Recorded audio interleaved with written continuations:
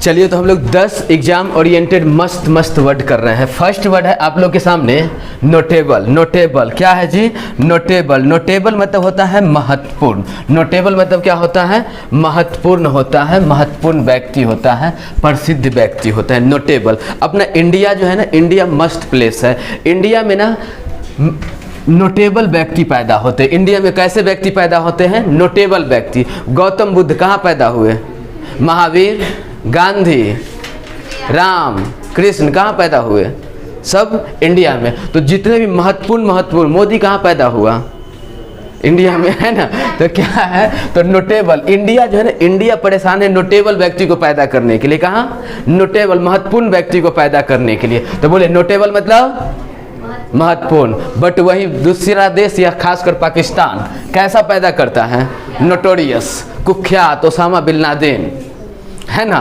तो इंडिया पैदा करता है नोटेबल व्यक्ति को, और बाकी देश या फिर पाकिस्तान किसको पैदा करता है?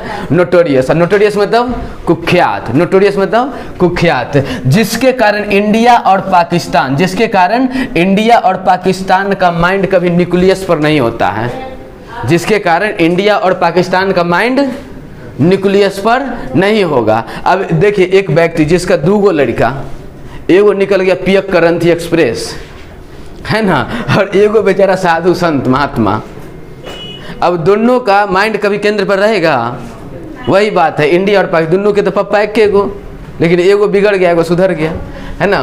तो इंडिया परेशान है नोटेबल को पैदा करने के लिए। नोटेबल बोले तो महत्वपूर्ण व्यक्ति को, और पाकिस्तान नोटोरियस को, ख्यात, जिसके कारण दोनों का माइंड न्यूक्लियस पर नहीं। न्यूक्लियस बोले तो केंद्र। बोला कीजिए।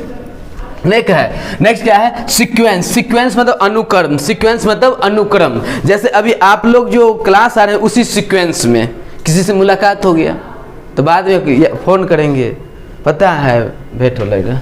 तो क्या है? सीक्वेंस मतलब अनुक्रम। सीक्वेंस मतलब अनुक्रम। क्या हुआ था पता है? मोदी जी के सीक्वेंस में नवाज शरीफ इंडिया आता है। नवाज शरीफ पाकिस्तान का 15 में प्रधानमंत्री हुआ करता था, है ना। तो मोदी जी के सीक्वेंस में, अनुक्रम में, उसी अनुक्रम में, है ना, मोदी जी के समकालीन, साइमल्टेनियस, है ना, उसी अनुक्रम में वो सब प्लान चल ही रहा था। उसी अनुक्रम में मोदी जी के साइमल्टेनियस नवाज शरीफ इंडिया आता है।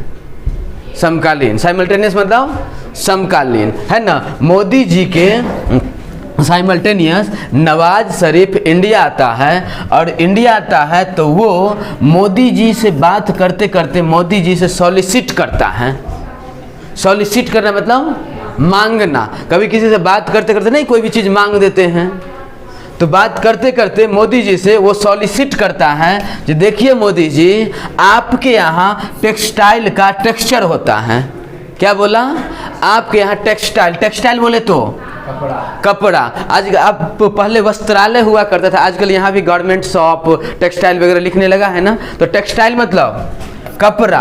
बोला नवाज शरीफ मोदी जी को, जो देखिए मोदी जी, आपके इंडिया में ना टेक्सटाइल का टेक्सचर होता है, आपके इंडिया में कपड़ा बनता है ना। सो क्यों ना 2-4 को कपड़ा दे देते तो हम सब पहन लेते। मांगता है नहीं। मिनी क्या है? क्योंकि आपके यहाँ क्या है? मैन्युफैक्चर होता है। मैन्युफैक्चर मतलब भी उत्पादक। आपके यहाँ टेक्सटाइल का टेक्सचर होता है, बुनावट होता है, मैन्युफैक्चर होता है, उत्पादन होता है ना। और आप जो है गांव में जा के रिटेलर के द्वारा बेचते हैं कपड़ा को। किसके द्वारा? रिटेलर बोले तो खुदरा व्यापारी। आजकल गांव में देखते होंगे, कहेगा कि 100 रुपया में 2 किलो से, 100 रुपया में 2 किलो से, तो सब क्या है? चलिए, तो क्या है? वो सब क्या रिटेलर हो गया, क्या ना, खुदरा व्यापारी। तो सॉलिसिट मतलब क्या हुआ जी? मांगना। और टेक्सटाइल मतलब कपड़ा, और टेक्सचर मतलब बुनावट, संरचना। और उत्पादन तो होता ही, मैन्युफैक्चरर होता है ना, उत्पादक। उत्पादन करने वाला को मैन्युफैक्चरर बोलते हैं। मैन्युफैक्चरर मतलब उत्पादन करने वाला, जिसको उत्पादक बोलते हैं। और जो घरे घरे ले जाके बेचे, 100 रुपया में क्या गो नारियल? 5 गो नारियल। तो 100 रुपया में 5 गो नारियल, तो ये क्या हो गया? रिटेलर, खुदरा व्यापारी। क्लियर ना?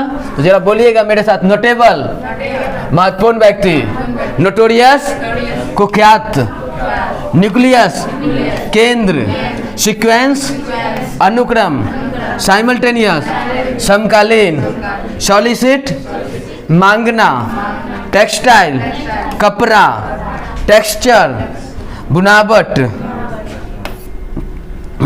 मैन्युफैक्चरर, उत्पादक। थक गए आप लोग, बोलिए मैन्युफैक्चरर, उत्पादक, रिटेलर, खुदरा व्यापारी। याद रहेगा ना? पहले कल वाला सुनाइए, देखते हैं याद रहेगा कि नहीं।